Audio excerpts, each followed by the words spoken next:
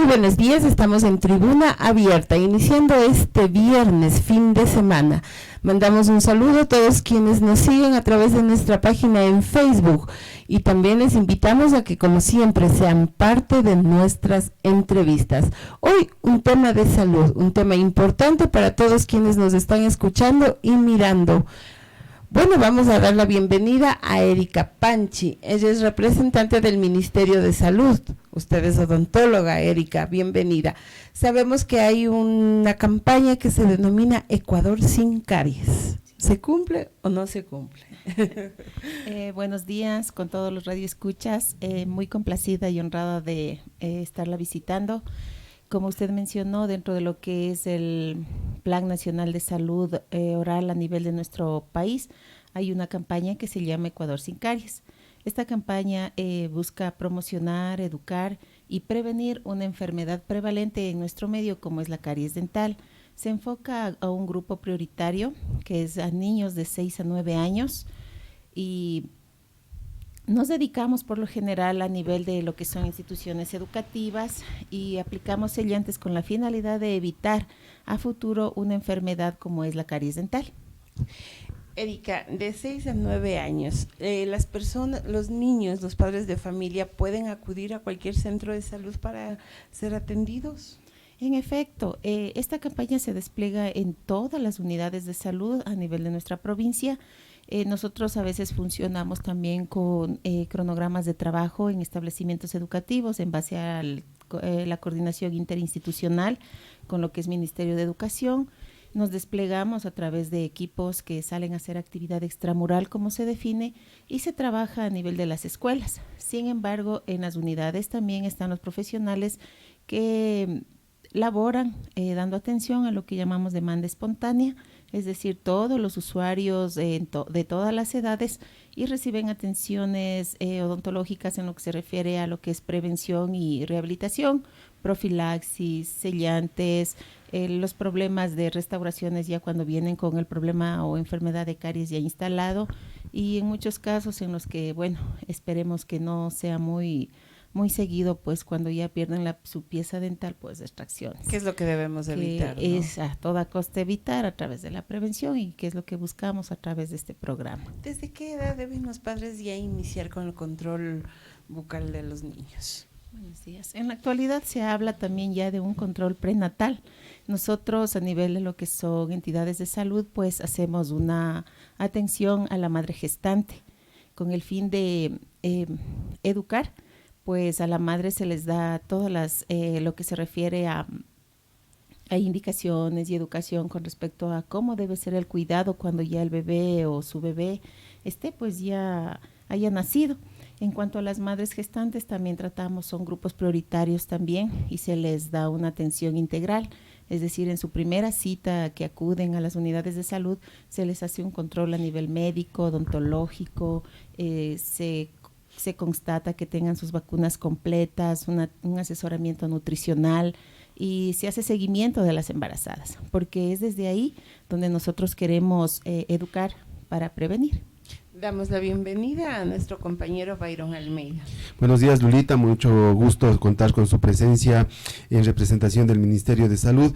Muy interesante los asuntos que usted nos acaba de señalar. En estos días el Ministerio de Salud recibió la visita de la señora ministra y eso de alguna manera debe haber provocado también algún tipo de respaldo a todas estas gestiones que están realizando ustedes aquí dentro de lo que es el Ministerio de Salud en la provincia de Chimborazo. Definitivamente, en la actualidad contamos con el apoyo a nivel de planta central y a nivel de la ministra mismo en cuanto al desempeño de este tipo de campañas o programas que son ya institucionalizadas desde el Ministerio de Salud Pública. Entendiendo de que estas campañas son ya programadas, sin embargo, me imagino que también se realizará algún tipo de campaña con estas nuevas preocupaciones que están saliendo de alguna forma con este tema de los nuevos virus que están apareciendo, ya esto que está preocupando en la China, para muchos dicen, no, eso está muy lejos, eso no nos va a afectar a nosotros, no nos va a llegar. El Ministerio, ¿qué tipo de acciones podría provocar en ese sentido para básicamente de que los ciudadanos estemos tranquilos, porque no es cuestión a veces de uno de preocuparse y decir ya me va a pasar algo, sino más bien de tomar las medidas que son las adecuadas y las correctas. Bueno, ante todo, nosotros como parte integrante de la sociedad, pues cumplimos con nuestra misión básica de, como dice usted, ¿no?, de tener cuidado, de tomar las medidas básicas, generales. Estamos, como indica usted, a puertas de un nuevo virus que se supone está muy lejos, pero… Se conoce que a lo mejor ya hay una persona en Colombia y una en Brasil que ya han sido detectados con ese virus. A nivel de prensa se comunica eso, a nuestro país no ha llegado, sin embargo al escuchar que está en Colombia, pues uno ya se pone en alerta, y a nivel de lo que es ministerio, pues ya se ponen en planes de contingencia y en actividades de prevención específicamente. Dentro de esas actividades de prevención, si bien es cierto, el ministerio a partir de su competencia realiza ciertas actividades, pero el ciudadano, ¿qué debe saber el ciudadano respecto de este asunto? ¿Hay temas de preocuparse o sí debemos tomar ya ciertas medidas que deberían ser normales y que a veces a lo mejor no las tomamos inclusive? Como dice usted, son medidas normales que deberían ser de hábito, no solamente por esta alerta que se presenta. Nosotros tenemos que cuidarnos nosotros mismos, colaborar con nuestra salud, y de esta manera podemos disminuir y evitar los riesgos. El ministerio como entidad de salud despliega las campañas a través de lo que es educación. Sin embargo, si nosotros como parte integrante no nos comprometemos con nuestra propia salud, por más campañas que se desplieguen, pues no van a resultar. Supongo que el ministerio ya estará tomando cartas en el asunto en cuanto a educación, porque siempre es bueno recordarnos para poder cumplir con lo que usted decía, esos buenos hábitos. Las campañas de educación son permanentes, no solamente por esta temporada o cuando hay, como dicen, brotes de algún tipo de virus o enfermedades. Esto es algo permanente que nosotros realizamos de manera diaria, a nivel de salas de espera, a nivel individual, en el momento en que van a la consulta.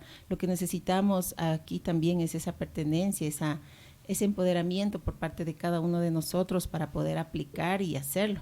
Muchas ocasiones, por ejemplo, las personas saben que deben vacunarse y no lo hacen, porque tienen miedo a la reacción, porque indican que da estragos, da molestias también, ¿no?, con respecto a eso.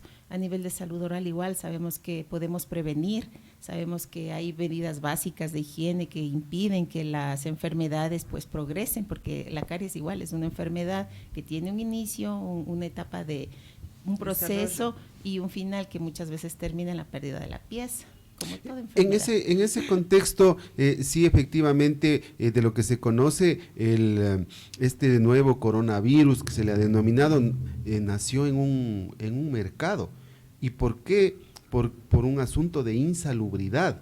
Entonces, esas campañas que, bueno, alguien podría decir ya no serían ni necesarias en pleno siglo XXI, todos deberíamos ya estar, saber que hay que lavarse las manos, hay que comer los alimentos bien cocidos, hay que tener muchos cuidados con el tema de la asepsia. Sin embargo, ¿hay alguna campaña también que se pueda realizar en este sentido para que nuestros conciudadanos pues estén prevenidos ante este tipo de virus?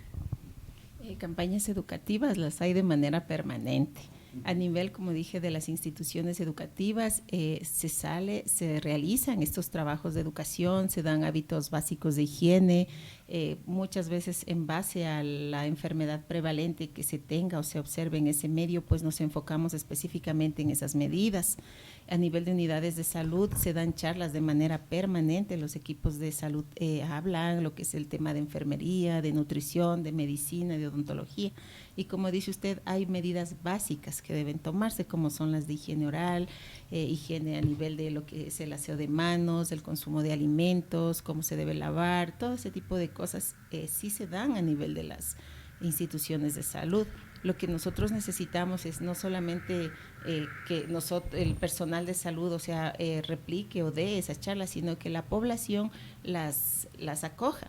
las practique, las sobre desarrolle todo. y las replique, porque usted sabe que cuando nosotros damos las charlas a nivel, por decirle un ejemplo, en salas de espera, cuando es una mamita, cuando es un niño, muchas veces llega a la casa y lo replica.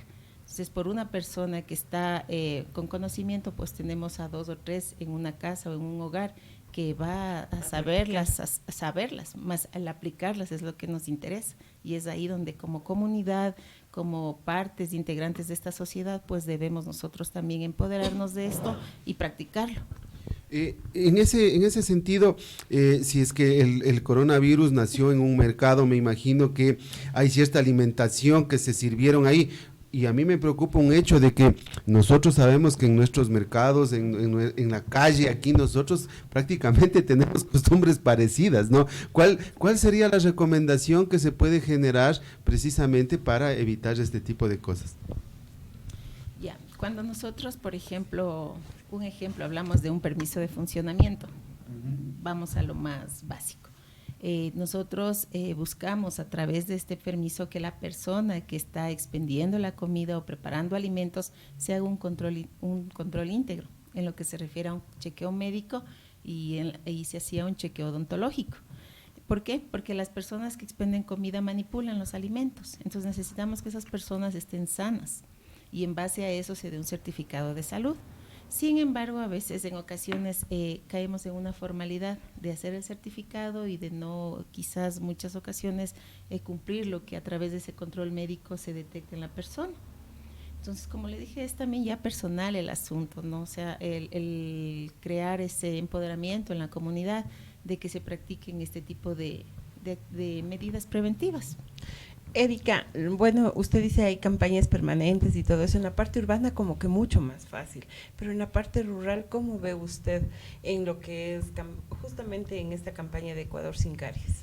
En la zona rural lo desplegamos con mayor amplitud, dígalo. Yo trabajé a nivel de zona rural y nosotros ahí trabajamos y nos desplazamos a través de equipos portátiles y un equipo de atención integral de salud que sale a las comunidades y sale a las escuelas. Si hay atención, la campaña se despliega de igual manera tanto en la zona rural como en la zona urbana. Se cumple. Bueno, díganos brevemente qué cuidados debemos tener para nuestros niños y también como adultos. A veces como que nos olvidamos, ya digo, nos hace falta estar permanentemente, que nos recuerden para poder practicarlo. Bueno, como indicó acá el licenciado, pues lo básico es tener claro nuestras medidas básicas de higiene a nivel de salud oral, el cepillado de dientes 3 veces al día y después de cada comida. Muchas ocasiones en nuestro medio vemos que el cepillado de la noche es el que muchos prescinden, es el que más lo olvidan y es el más importante de los 3 cepillados. Porque ya en la noche hay inactividad, usted ya no está en ese proceso de comer o masticar en el que produce saliva y se da un mecanismo de autolimpieza, por así decirlo. Entonces, en las noches la mayoría de niños van a dormir con la boquita sin lavarse y todos esos restos de comida que quedan a nivel de la cavidad oral producen una acidez que con la frecuencia de este mal hábito pues da como inicio a una caries. Como digo, es la enfermedad prevalente a nivel de nuestro medio. Igual en los adultos. Igual en los adultos. Por eso es la razón. Lo básico, lo que es higiene oral 3 veces al día, visitar al odontólogo por lo menos unas 2 ocasiones. No necesitamos estar con dolor para acudir al odontólogo. También hay visitas preventivas a través de las cuales usted se hace un chequeo, una limpieza y si está en buen estado, pues fenomenal, seguir así. Caso contrario, doctora, ¿cuáles son los síntomas que ya puede ir sintiendo una persona? Porque vea, a veces alguien se encuentra con alguien y dice, parece que tienes un aliento de dragón. Eso puede ser un síntoma de que no está en perfectas condiciones su salud oral. Por lo general la halitosis se produce cuando en efecto no nos lavamos la boquita. Pero también pueden haber, si a pesar de que nosotros evaluamos y vemos que la persona tiene su boca en buen estado, buena higiene y aún así hay este problema, pues ya nos podemos enfocar a un problema ya más médico. A nivel de cavidad oral, como indiqué, o sea, el no lavarse la boquita produce la descomposición de alimentos a nivel de cavidad oral y toda descomposición produce un mal olor. Hacia esto se suma el hecho de que es algo frecuente esta enfermedad, que en un inicio es una gingivitis, por decir, progresa y se producen unas inflamaciones en encía que provocan que ahí también se acumulen los restos de comida, habiendo una descomposición también ahí, se altera el pH de la boquita y esto produce una litosis. Sin embargo, si se descarta a nivel de cavidad oral que ese sea el problema, puede tratarse ya de otro a nivel médico. Erika, ¿cada qué tiempo tenemos que cambiar el cepillo de dientes? Y además de eso, hoy hay variedad de cepillos, ¿no? Incluso ya con pilas bueno, ahí sí háganos una recomendación a todos quienes nos escuchan y nos miran. En lo que se refiere al cepillo de dientes, en teorías es cada 3 meses. Sin embargo, si usted ve que un cepillo, sus cerdas están ya abiertas y el cepillo está ya en malas condiciones, pues se lo cambiará antes. Pero de ahí lo mínimo es cada 3 meses. En cuanto a las características del cepillo, tiene en lo posible no ser cerdas duras, porque no se trata de cepillarlo, como saben decir, entre más duro me cepillo, peor, saben decir a veces los pacientes, y no se trata de eso, sino la forma como lo haga y la frecuencia con que lo haga, hacerlo de la manera correcta, con el movimiento correcto. Pues como nos enseñaron de niños, el movimiento de arriba hacia abajo, el movimiento circular, tanto la parte externa e interna de las piezas dentarias, y lo principal, también cepillar la lengüita. Doctora, en el caso de que ya no se haya podido realizar la prevención debida y alguien ya tiene caries, el ministerio obviamente le da la atención. ¿Qué tiene que hacer el ciudadano? Porque a veces la gente dice, me duele la muela, me voy al hospital y no sabe cómo hacer, pero hay sistemas que lamentablemente no se están ocupando y quisiera que usted nos recuerde, por favor, qué es lo que tiene que hacer el paciente. En la actualidad, las unidades de salud trabajamos a través del sistema de contact center. El paciente lo que hace es llamar a este número al 171 y solicitar una cita. Sin embargo, cuando es algo emergente, cuando es una urgencia a nivel de odontología, se acerca a veces, en ocasiones directamente a las unidades de salud, y se trabaja también con turnos extras que llamamos, porque nosotros a nivel de las unidades, la mayoría de unidades tienen el sistema de contact center, es decir, ya pacientes agendados a los que se debe respetar la hora, pues ellos han sido pacientes que han solicitado un turno muchas veces hace un mes. Sin embargo, en este lapso a veces de espacios que puede haber, sí se atienden las urgencias odontológicas. Definitivamente sí se atienden en todas las unidades. El Ministerio de Salud, la atención odontológica, ¿en qué centros hospitalarios o subcentros de salud brinda la atención odontológica? ¿Es en todos o hay ciertos centros donde solamente ahí se puede prestar la atención odontológica? No, aquí en todas las unidades de salud se da atención odontológica, a menos que el caso sea de mayor complejidad. Nosotros como unidades de primer nivel, que se llama, se hace una referencia al segundo nivel, que en este caso es el Hospital Policlínico de Riobamba, el Hospital de Niños Alfonso Villagómez o el Hospital Geriátrico, que funcionan como hospital de segundo nivel o de especialidades, pero a nivel de lo que es primer nivel se da atención. ¿Y también en las parroquias y todo eso? En todos los subcentros. En todos los subcentros la mayoría tiene servicio odontológico. Bueno, agradecemos así a Erika Panchi, quien nos ha dado algunas recomendaciones para aplicarlas, sobre todo Bayro. Sí, efectivamente, y esa es la recomendación para nuestros estimados televidentes, de que el tema de la salud oral es muy importante, tan importante como la salud de nuestro cuerpo. Es la salud oral, es por donde ingresan los alimentos, y después nosotros estamos preocupados por otro tipo de eventos, cuando lo que ha pasado es de que no hemos dado la correcta atención a nuestra salud oral. Muchas gracias a usted por habernos acompañado. Gracias a ustedes, muy amables.